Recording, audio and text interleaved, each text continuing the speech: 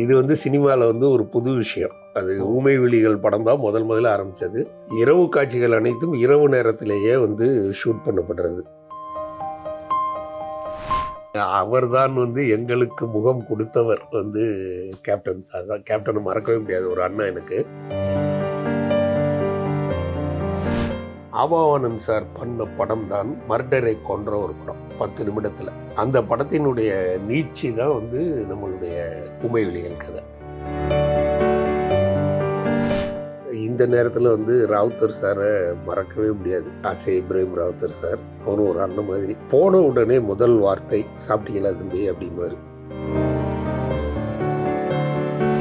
பாட்டெல்லாம் பாம்பேல தான் ரெக்கார்ட் பண்ணோம். என்ன காரணம்னா அது வந்து 6 ட்ராக் ஸ்டீரியோஃபோனிக் படம். ஷோலை மாதிரி பண்ணணும்னு சொல்லி 6 ட்ராக் ஸ்டீரியோஃபோனிக். அப்போ வந்து இந்த இவ்வளோ ட்ராக்ஸ் கிடையாது, 2 ட்ராக் தான் இங்கெல்லாம் சென்னையில்.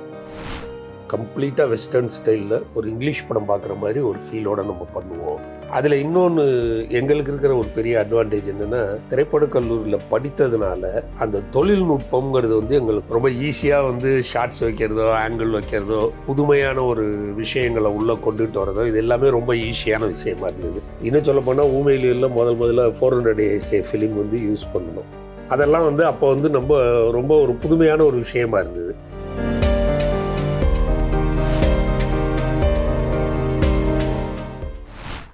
வாவ் தமிழா பார்வையாளர்களுக்கு வணக்கம். தமிழ் சினிமாவில் முக்கியமான இயக்குனர், ஊமை விழிகள், உழவன் மகன், கருப்பு நிலா போன்ற பிரம்மாண்டமான படங்களின் இயக்குனராக இருக்கும் திரு அரவிந்த்ராஜ் அவர்களை சந்திக்க இருக்கிறோம். வணக்கம் சார். வணக்கம் கண்ணன். நலமா இருக்கீங்களா சார்? நல்லா இருக்கேன் கண்ணன். உங்களை நல்லா இருக்கேன் சார். உங்களை பார்த்த உடனே 2 முகம் ஒன்று ஞாபகம் வரும் எனக்கு. ஒன்று விஜயகாந்த் சார் முகம் வரும், அந்த பிரம்மாண்டமான ஸ்க்ரீன் ஊமை விழிகள் படத்தோடைய அந்த ஸ்க்ரீன் ஞாபகம் வரும். சொல்லுங்கள் சார், அந்த படம் வந்து இன்றைக்கு வரைக்கும் நமக்கு வந்து பெரிய தமிழ் சினிமாவுக்கே வந்து ஒரு பெரிய ஒரு படிப்பினையாக அந்த படம் இருக்குது. அதாவது ஃபிலிம் இன்ஸ்டியூட்லேயே அதை வச்சுருக்காங்க இல்லைங்களா? அந்த படம் நீங்கள் எடுக்கிற போது இவ்வளவு ஒரு பெரிய படமாக வரும் அப்படின்னு நீங்கள் நினச்சிருக்கீங்களா சார்? வாவ் தமிழா நேயர்களுக்கு முதலில் எனது அன்பான வணக்கங்களும் வாழ்த்துக்களும். ஊமை விழிகள் அப்படிங்கிறது வந்து இன்னைக்கு என்னுடைய விலாசமாட்டம் ஆயிடுச்சு. அது எங்கே போனாலும் வந்து ஊமை விழிகள் இயக்குனர் அப்படிங்கிறது. கிட்டத்தட்ட ஊமை விழிகள் படம் வந்து 86 வந்தது. இத்தனை ஆண்டுகளுக்கும் அது இன்னமும் வந்து பேசப்படக்கூடிய ஒரு பொருளாக இருக்கிறது வந்து உண்மையிலே வந்து சந்தோஷப்பட வேண்டிய ஒரு விஷயம். படம் நிச்சயமாக பெரிய படமாக வரும்னு துவங்கும் போதே நாங்கள் யோசித்தோம். என்ன காரணம்னா, திரைப்பட கல்லூரியிலேருந்து படிப்பை முடிச்சுட்டு முதலாக நம்ம வந்து சினிமா துறைக்கு வரோம், சினிமா இண்டஸ்ட்ரிக்கு வரும். அந்த காலகட்டத்தில் பார்த்தீங்கன்னா உங்களுக்கு திரைப்பட கல்லூரி அப்படிங்கிறது வந்து ஒரு பெரிய, அதாவது வரவேற்கத்தக்க ஒரு இடமாக இருந்ததில்லை. எந்த ஒரு நடிகர்கிட்ட போய் கேட்டாலுமே வந்து திரைப்பட கல்லூரியா, நீங்கள் வந்து ஆர்ட் ஃபிலிம் தான் பண்ணுவீங்க, உங்களுக்கு கமர்ஷியலாக பண்ண தெரியாதுன்ட்டு பயந்து அதுலேருந்து ஒதுங்கிட்டு தான் இருந்தாங்க. அப்படி ஒரு காலகட்டத்தில் நம்ம வந்து திரைப்பட கல்லூரியிலேருந்து படிப்பை முடிச்சுட்டு வெளியில் வரோம். எங்களுக்கு முன்னாடி வந்தவர் வந்து திரு ருத்ரையா அவர்கள்.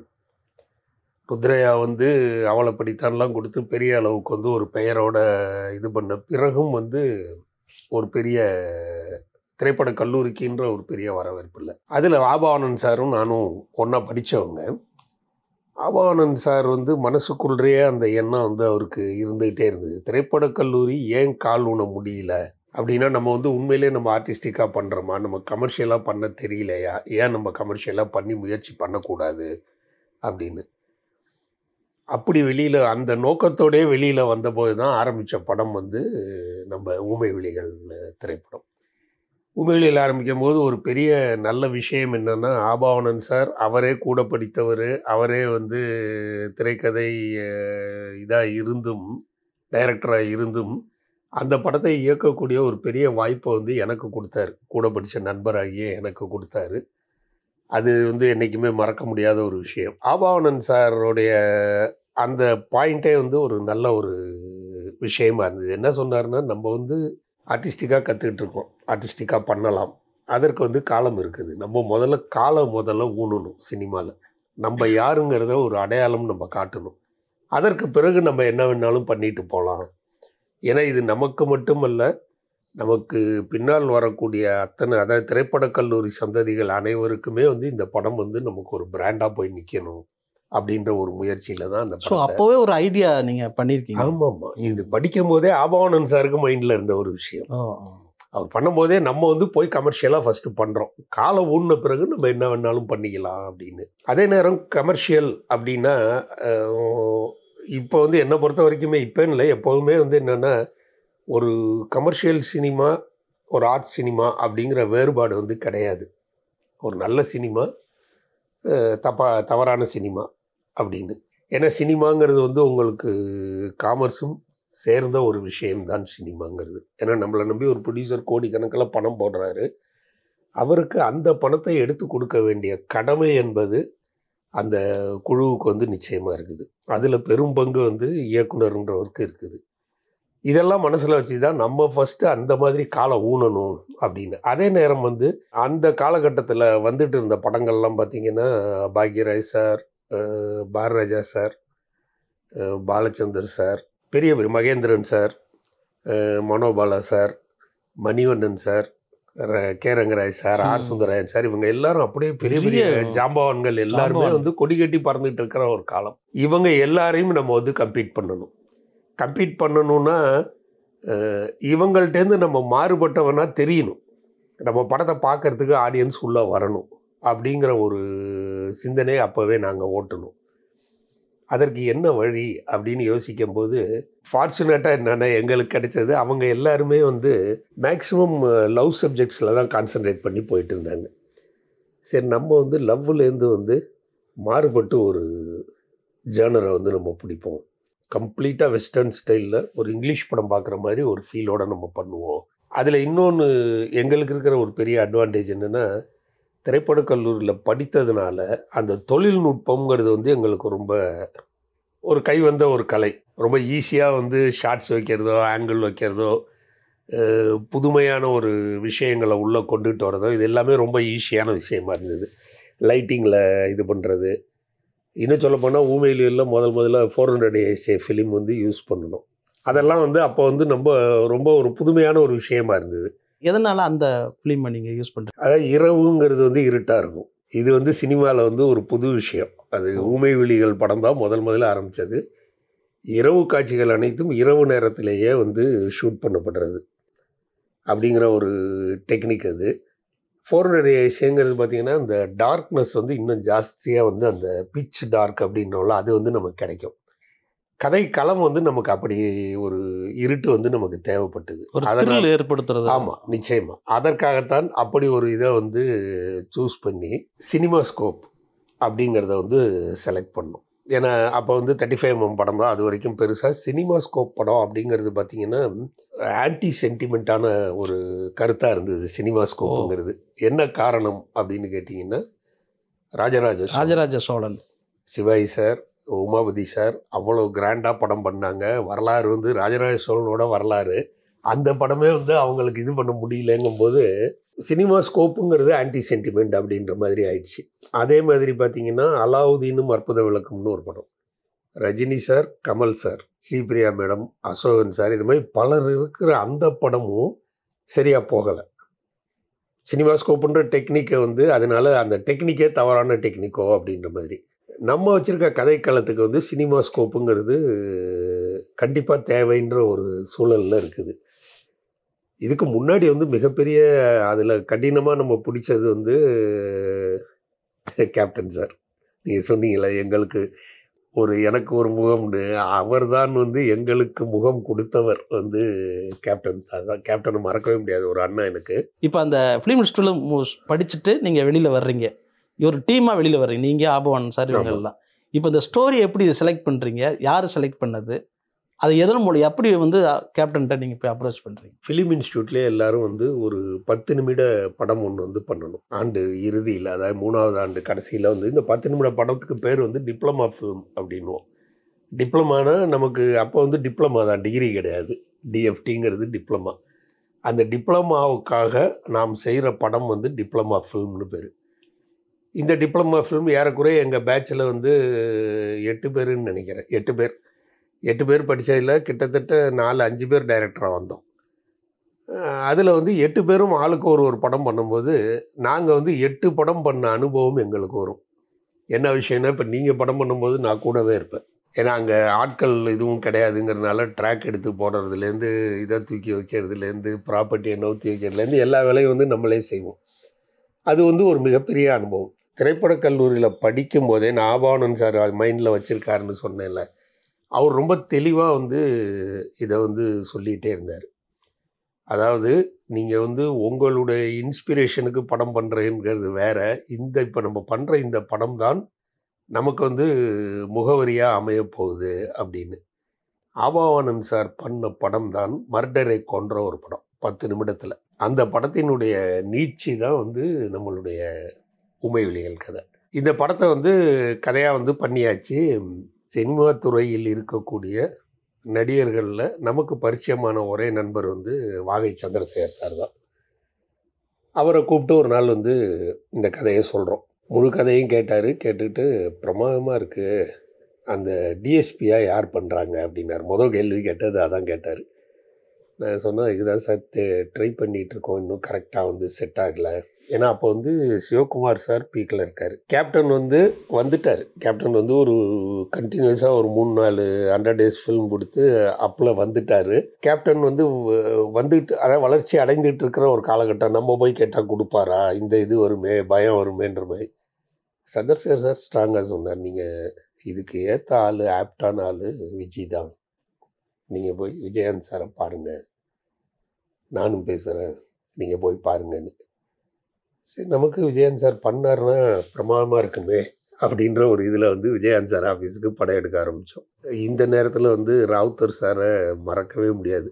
ஆசே இப்ராஹிம் ராவுத்தர் சார், அவரும் ஒரு அண்ணன் மாதிரி எங்களுக்கு எல்லாருக்குமே, எங்கள் டீமுக்கே. போன உடனே முதல் வார்த்தை, சாப்பிட்டீங்களா தம்பி அப்படின்வார். சாப்பிட்டீங்க, கேப்டன் கிளம்பி போயிடுவார். அது உள்ள இருக்காரு, போய் பேசுங்கன்ட்டு கேப்டன் போயிடுவார். கிட்டத்தட்ட ஒரு 3-4 மாதம் படம் எடுக்கிறோம். எங்களுக்கு வந்து ஒரு நம்பிக்கை. எப்போ முதல்ல சந்திக்கிறீங்க அந்த கேப்டனை? இந்த இதுக்குன்னு ஒரு நாள் வந்து அப்பாயின்மெண்ட் வாங்கிட்டு போகிறோம். போகிற அன்னைக்கு கேப்டன் உட்கார்ந்தாரு. அப்போ வந்து அந்த Rajabather street number 14 Rajabather street. ஏன்னா அது ஒரு காலத்தில் வந்து எங்களுக்கு முகவரியாகவே ஆயிடுச்சு. யார் கேட்டாலும் நம்ம 14 ராஜாபாதர் ஸ்ட்ரீட், அங்கே வாங்க மீட் பண்ணலான்னு. எல்லா ப்ரோக்ராமும் அங்கே தான் நடக்கும். அப்போ கேப்டன் நம்பர் வந்து நினைக்கிறேன், எனக்கு கரெக்டாக தெரில. அந்த நம்பருக்கு தான் நமக்கு வர்ற ஃபோனெல்லாம் வரும். ஊர்லேருந்து ஃபோன் பண்ணால் கூட கேப்டன் நம்பருக்கு தான் பேசுவாங்க. அந்த அளவுக்கு வந்து அது நமக்கு இதாகிடுச்சு. முதல்ல அங்கே போகிறோம். அப்போ வந்து கேப்டனுக்கு இருந்தது ஒரே ஒரு அறை தான் இருந்தது. ஒரே அறை தான். அதுலேயே வந்து நிறைய பேர் சினிமாவுக்குன்னு போராடிட்டு இருக்கவங்களாம் இருக்காங்க. கேப்டனுக்கு ஒரு அறை. அந்த ஒரு அறையிலே இவ்வளோ பெரிய கேரியரில் வந்து சாப்பாடு வரும். கேப்டன் நாட்கள் எல்லோரும் மதுரையிலேருந்து அவருடைய நண்பர்கள் எல்லாருமே வந்து எல்லாருமே அங்கே தான் சாப்பிடுவாங்க. அந்த அறையிலே படுத்து தூங்கிட்டு, இப்படி ஒரு காலகட்டம் அது. அப்போ கேப்டனை பார்த்தேன். அவர் ரொம்ப கேஷுவலாக தான் பேசினார். வாங்க சார், இந்த மாதிரி சொன்னாப்புல ஃபிலிம் இன்ஸ்டியூட்டில் படிச்சிருக்கீங்கன்னு. எல்லோரும் டீமாக போய்டுவோம். நான், ஆபா சார், என்னுடைய எடிட்டர் ஜெயச்சந்திரன், அவர் இந்த நேரத்தில் மறக்கவே முடியாது. ஏன்னா அவர் யாராக இருந்தாலும் போல்டாக போய் அப்ரோச் பண்ணி பேசிடுவார். கேப்டன் இதுக்கெல்லாம் வந்து அவங்க ஃபாதரும் வந்து எடிட்டராக இருந்தவர். நம்ம விட்லாச்சாரியாருக்கெல்லாம் அவர் தான் எடிட்டர், கோவிந்தசாமின்னு.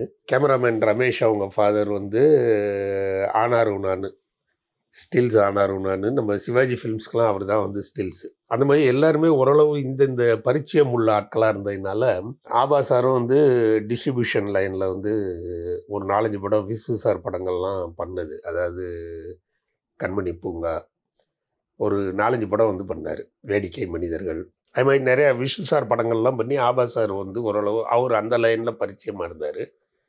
எனக்கு வந்து கவிஞர் மருதகாசி வந்து என்னுடைய பெரியப்பா பாடலாசிரியர். அவருக்கு எல்லாருமே வந்து பரிச்சயமானவங்க. அவர் மூலமாக தான் நான் வந்தேன். அந்த வகையில் எனக்கு வந்து அந்த சினிமா லிங்க்குங்கிறது எல்லாருக்குமே ஓரளவுக்கு இருந்தது. இடத்துக்கு போகிறதுங்கிறது கொஞ்சம் எளிமையாக இருந்தது. தினசரி போய் உட்காருவோம். தினசரி ராவுத்தர் வந்து சாப்பாடு கொடுப்பாங்க. கேப்டன் ஆஃபீஸில் தான் சாப்பாடு. இதுக்குன்னே போகிற மாதிரி போயிடுவோம். போய் உட்காந்து காலையில் சாப்பிட்டுட்டு மத்தியானம் வரைக்கும் உட்காந்துருப்போம். நான் சொல்கிறேன் தம்பி, பேசிட்டு சொல்கிறேன் அவன்கிட்ட. என்னென்னா எல்லாருக்கும் அந்த பயம் இருக்குது. எங்களுக்கு ஒரு நம்பிக்கை இருக்குது.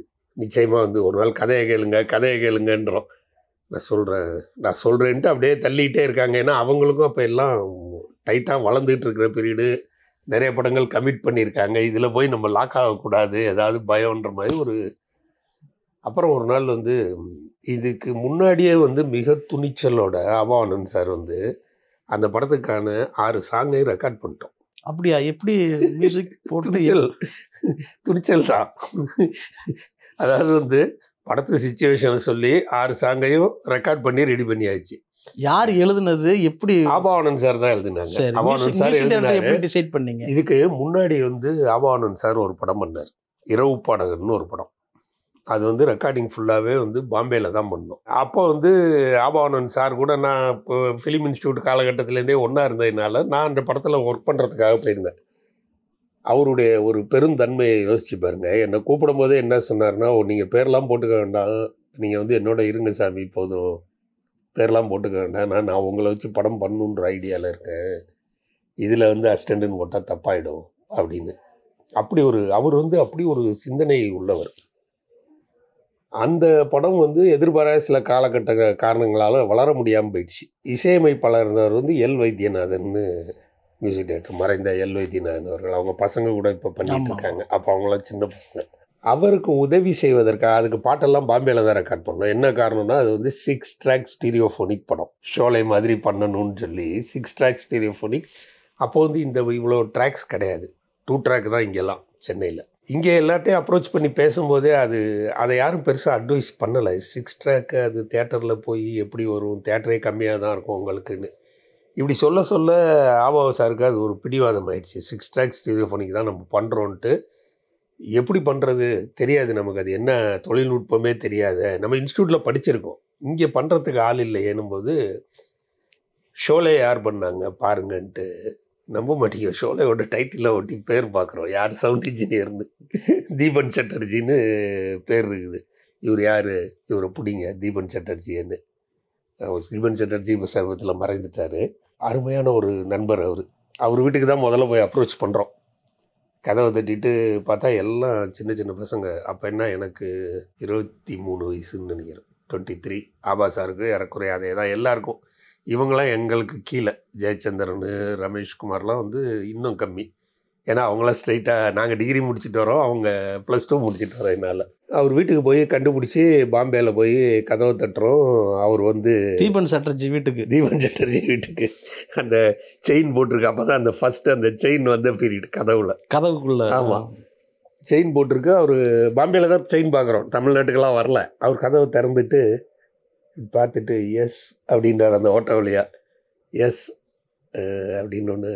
சார் வேர் அப்போ வந்து நமக்கு இங்கிலீஷும் பெருசாக தெரியாது, ஹிந்தி சுத்தமாக தெரியாது, தமிழ் மட்டும்தான். பாம்பேயில் போய் என்னத்த தமிழை பேசுறது. நேராக போய் sir we are coming from film institute Madras and yes what can I do for you அப்படின்னு. வெளியிலே நின்றுட்டுருக்கோம். We are making a film sir, you are we want you to work for our film அப்படின்னு ஒன்று. You want me to work அப்படின்னு ஒன்று. அவர் doubt ஆகி என்ன கேட்டார் அடுத்த கேள்வி, how do you find my name in the first பிளேஸ்னார். எப்படா என் பேரை கண்டுபிடிச்சி இங்கே வந்தீங்கன்னு. நாங்கள் சொன்னோம், we have seen Sholay sir, we want the same person to do our film அப்படின்னு ஒன்று. டக்குன்னு அந்த லாச்சை கைட்டினாருங்க. You have seen my film and you are approaching me, come in அப்படின்னாரு. ஓ, இதான் சினிமாவை நம்ம வரவேற்ற முதல் வரவேற்பு. யாருடைய சிபாரிசும் இல்லாமல் நேரடியாக ஆபா சாருடைய அடியே இதுதான். அதாவது வந்து அப்போ எங்கள்கிட்ட இருந்த டீம் அப்படி, விஜயகுமார்னு ஆபா சார் கூட இருந்தார். அவர் சொல்லும்போது எல்லாமே விளையாட்டாக இருக்கும். இது ஹாலிவுட்டில் தான் இந்த கேமரா இருக்கான், இது வந்து நமக்கு வேணும் அப்படின்னா, அவர் 2வது நாள் விஜயகுமார் வந்து சொல்லுவார், அந்த கேமரா வந்து 13ஆம் தேதி வந்து இந்தியாவுக்கு வருதான் டெல்லியில், வேணா வந்து பாருங்கன்னு சொல்கிறாங்க அப்படின்னு. அதாவது இது எப்படி இந்த இப்போ வந்து ஈஸி, நெட்டை தட்டினா நமக்கு கிடைக்கும். அப்போ எதுவுமே இல்லாத காலகட்டத்தில் அப்படி ஒரு டீம் வந்து இருந்தது. உடனே அதை செய்யறது, உடனே அதுக்கு எஃபர்ட் போடுறது அப்படின்ற மாதிரி அந்த ஒரு வெறித்தனம். கூப்பிட்டு உட்கார வச்சார். அப்போ உடனே ஆபா சார் சொன்னார், சார் ஷோலே எந்த ஸ்டுடியோவில் ரெக்கார்ட் பண்ணாங்களோ அதே ஸ்டுடியோவில் நம்ம பண்ணுவோம் சார்னாரு. திங்கிங்கை பாருங்க. ஏன்னா இங்கே எந்த ஸ்டுடியோவும் அது வேண்டான்னு நம்மளை டிஸ்கரேஜ் பண்ணுறாங்க, ஷோலே பண்ண ஸ்டுடியோவில் பண்ணுவோன்னாரு. அவர் உடனே ஃபிலிம் சென்டர் பாம்பே, பழைய ஸ்டுடியோ, அதை மாற்றாமல் வச்சுருக்காங்க. ஏன்னா அதில் தான் அந்த சவுண்டு குவாலிட்டி அவங்களுக்கு கிடைக்கிதுன்னு. சார் ஷோலே பண்ண இன்ஜினியரே எங்களுக்கு பண்ணணும் சார். அவரே கூப்பிட்டாரு, கௌஷிக்னு ஒரு இன்ஜினியர். அதெல்லாம் மறக்க முடியாத அனுபவங்கள். கூப்பிட்டு அங்கே வந்து எல்வைத்தியநாதனுக்கு உதவி செய்கிறதுக்காக வந்தவங்க மனோஜ் கியான் 2 பேர். இங்கேருந்து வந்து அந்த ஆபா சார் படத்துக்கு பாட்டு பாடுறதுக்காக டிஎம்எஸ் சாரை இங்கேருந்து பாம்பே அழைச்சிட்டு போனோம். சுசீலா அம்மா வந்தாங்க, வாணி ஜெயராம் வந்தாங்க, எஸ் தாஸ் சார் வந்தார். எல்லாரும் இங்கேருந்து மலேசியா வாசுதேவன் சார் வந்தார். எல்லாரும் இங்கேருந்து டிக்கெட்டு போட்டு பாம்பேயில் வந்து அந்த ஸ்டுடியோவில் பாடிட்டு திரும்ப வருவாங்க. அப்போல்லாம் அது வந்து ஒரு பெரிய, இப்போ வந்து ரொம்ப சிம்பிளாகிடுச்சு. இப்போ நீங்கள் சொல்கிற சம்பவம் எல்லாம் இரவு பாடகன் படத்துக்கு நடக்கிறது. இப்போ ரெக்கார்ட் ஆயிடுச்சு. அந்த படத்துக்கு வந்து கிட்டத்தட்ட ஒரு 6 சாங் ரெக்கார்ட் ஆயிடுச்சு. அந்த 6 சாங்கோட விலை நான் சொல்லக்கூடாது. ஏன்னா அந்த காலத்திலே அது வந்து ஒரு படம் பண்ணுற பட்ஜெட்டுன்னு வச்சுக்கங்களேன். அந்த அளவுக்கு வந்து செலவு. ஏன்னா பாம்பேயில் ரெக்கார்டிங்கிறதுனால இதாகிட்டு இப்போ வச்சாச்சு. 6 சாங்கும் ரெடி ஆகிடுச்சு. ரெடி ஆகிட்டு வந்தால் எல்வைத்தியநாதன் அவங்க மதர் வந்து ஸ்டேட்ஸில் இருந்தாங்க. எல் சுப்பிரமணியம் இருக்காருங்க. ஆமாம், அவங்க பிரதர் தானே இவர். மதர் வந்து அவங்க சுப்பிரமணியன் சார் வீட்டில் வந்து போயிருந்துருக்காங்க. அங்கே போகும்போது அவங்க சிக்காயிட்டாங்க. அவங்களுக்கு ரொம்ப முடியல, எந்த நேரமும் எதுவும் ஆகலாம், நீ கிளம்பி வந்துரு அப்படின்னு இவரை கூப்பிட்டோன்னு அந்த சாங்கை வந்து நம்மளால் மிக்ஸ் பண்ண முடியல. ஏன்னா 16 ட்ராக்ஸில் இருக்குது, ஒன்று தனித்தனி ட்ராக்கு. இந்த 16 ட்ராக்ஸையும் போட்டு அட் ஏ டைம் நம்ம பேலன்ஸ் பண்ணி மிக்ஸ் பண்ணணும். இன்றைக்கி வந்து இது ஈஸியான வேலை. ஏன்னா 200 ட்ராக் அட் ஏ டைம் நம்மளால் பிரிக்க முடியும். அன்றைக்கி கிடையாது. அன்றைக்கி தனித்தனியாக இருக்கும். ஒன்றுக்கும் ஒரு நம்பர் கொடுத்து 16 ட்ராக்குங்கிறதே பெரிய விஷயம். ஹாலிவுட்லேயே அவ்வளோதான்னு வச்சுக்கோங்களேன். 16 ட்ராக்லாம் பண்ணிகிட்டு இருந்த ஒரு பீரியட் அது. ஸ்டேட்ஸு கிளம்பி போனவர் அங்கே வந்து அவரால் திரும்ப கிளம்பி வரவும் முடியல, அங்கேயே தங்கவும் முடியல. அப்படி ஒரு இருதலை கொள்ளி எறும்பாட்டம் எங்களுக்கு வந்து இங்கே மிக்ஸ் பண்ணியே ஆகணும். ஆபா சார்கிட்ட வந்து அவர் ஊர்லேருந்து ஃபண்டெல்லாம் ரைஸ் பண்ணி வந்திருக்காரு. அவங்க எல்லோரும் கேட்க ஆரம்பிச்சிட்டாங்க, என்னாச்சு சாங் பண்ணீங்க, சாங்கை கேட்குறதுக்கு கூட காட்ட மாட்டேன்றீங்கல்ல. சார் நாங்களே கேட்கல, நீங்களே கேட்காம என்னத்துக்கு இவ்வளோ செலவு பண்ணீங்க சாங்கு. இப்படி ஒரு கொஸ்டின் வந்துடுச்சு. என்ன பண்ணுறேன்னு தெரில. அப்போ ஆபா சார் திடீர்னு ஒரு நாள் ரொம்ப டென்ஷன், எல்லாம் என்ன ஏதாவது ஒன்று பண்ணி ஆகணும். மதருக்கு சீரியஸ்னு போயிருக்கவர் நம்ம போய் இழுத்துக்கிட்டு வான்னு சொல்ல முடியாது. அது இங்கே இல்லை, ஸ்டேட்ஸுக்கு போயிருக்காரு. என்னடா பண்ணுறங்கும் போது ஆபா சார் என்ன சொன்னார்னா, அது பாட்டு இருக்கட்டும், அது ஒரு சைடு இருக்கட்டும் சாமி, நம்ம அதுக்குள்ள சின்னதாக ஒரு படம் பண்ணிவிடுவோம் அப்படின்னாரு. சரி பண்ணிடலாம், சின்னதாக ஒரு படம் பண்ணிடலாம். அவர் எல்லாத்தையும் பிளான் பண்ணிட்டார். நான் சொன்னேன்னா அவர் சும்மா இருக்கவே மாட்டார், பிளானிங்லேயே இருப்பார். நம்ம இன்ஸ்டியூட்டில் பண்ண மர்டர் எக்கோ தான் படத்தோட கதை. டைட்டில் வந்து ஊமை விழிகள் அப்படின்னாரு. டைட்டில் எப்படி அவரே ஊமை விழிகள் பொய்ட்டிக்காக இருக்கு, ரெடி பண்ணி வச்சுட்டாரு. ஊமை விழிகள்னு சொன்னோன்னா அந்த மர்டர் எக்கோ படத்துக்கும் அது வந்து ஒரு கோஸ்ட் எலிமெண்ட்டை வச்சு பண்ணியிருந்தோம். அதை அப்படியே நம்ம வந்து சோஷியல் பண்ணிக்கிறோம் அப்படின்னோடனே டக்குன்னு எனக்கு ஊமை விழிகள் அப்படின்னு சொன்ன உடனே டக்குன்னு ஸ்ட்ரைக் ஆனது பேசாத விழிகள். அப்போ வந்து ஒரு வில்லன் வந்து கண்ணை மாத்திரம் நோண்டி வச்சிடறான். ஏன்னா அப்போ ரொம்ப பாப்புலராக வந்திருந்த படம் தர்ம யுத்தம், பேர் ஆஃப் பிளாக் ரோசஸ் அப்படின்னு ஒரு தேங்காய் சீனிவாசன் அனுப்புறதுக்கு. அந்த மாதிரி பண்ணலாமே, லவ்வில் ஃபெயிலியர் ஆன ஒருத்தன் உடனே மடமட்டன்னு அப்படியே கதை வந்து ஃபார்ம் ஆக வந்துடுச்சு கதை நல்லா. ஏன்னா அதில் ஆல்ரெடி மர்டர் எக்கோல் நமக்கு மெயின் எலிமெண்ட்ஸ் இருக்குது. அதோட அப்படியே எடுத்து வச்சு லிங்க் பண்ணி இது ஒரு சைடு பண்ணிகிட்டே இருக்கும்போது இதில் யார் ஆர்டிஸ்ட் பண்ணுறாங்க, என்ன பண்ணுறாங்க, அது எல்லாத்துக்கும் முன்னாடி இதை யார் இயக்குறாங்க, இதை யார் டைரக்ட் பண்ணுறது அப்படின்னு ஒரு கொஸ்டின் கேட்குறாரு ஆபா சார். யார் டைரக்ட் பண்ணலாம் அப்படின்னு. இது என்ன கேள்வி, நீங்கள் தானே பண்ணணும் அப்படின்னு. ஒன்றும் இல்லை, நான் அதுதான் எனக்கு வந்து முதல் படம், இரவு படம் தான் எனக்கு முதல் படமாக வரணும், அதனால் நான் பண்ண மாட்டேன், வேறு யாரை வச்சு பண்ணலாம் அப்படின்னு. இப்போ பாரதி ராஜா சார் வந்து சிகப்ரோஜாக்கள் கொடுத்துருக்காரு. பாரதி ராஜா சார் பண்ணலாம். பாரதி ராஜா சார்லாம் நம்ம இதுக்கு கேட்பாரா, வேறு யாரையாவது சொல்லுங்கள். அவர் மைண்டில் ஃபிக்ஸ் ஆகிட்டார், இன்னும் அவர் ஓப்பன் பண்ணல, அவ்வளோதான். நான்லாம் சீரியஸாக எல்லாருமே வந்து ஒரு சின்ன தாட்டு கூட எனக்கு வரல. நான் சீரியஸாக சொல்லிட்டு இருக்கேன். இல்லாட்டா மகேந்திரன் சார் பண்ணலாமா, சின்ன வித்தியாசமாக இருக்கும். ஏன்னா மகேந்திரன் சார் சென்டிமெண்ட்டாக தான் பண்ணிகிட்டு இருக்காரு.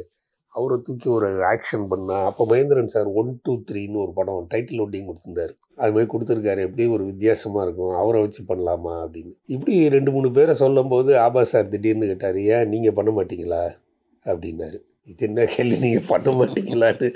பண்ணுடான்னு சொன்னால் பண்ண போகிறோம், நீங்கள் தான் பண்ணுறீங்கன்னாரு.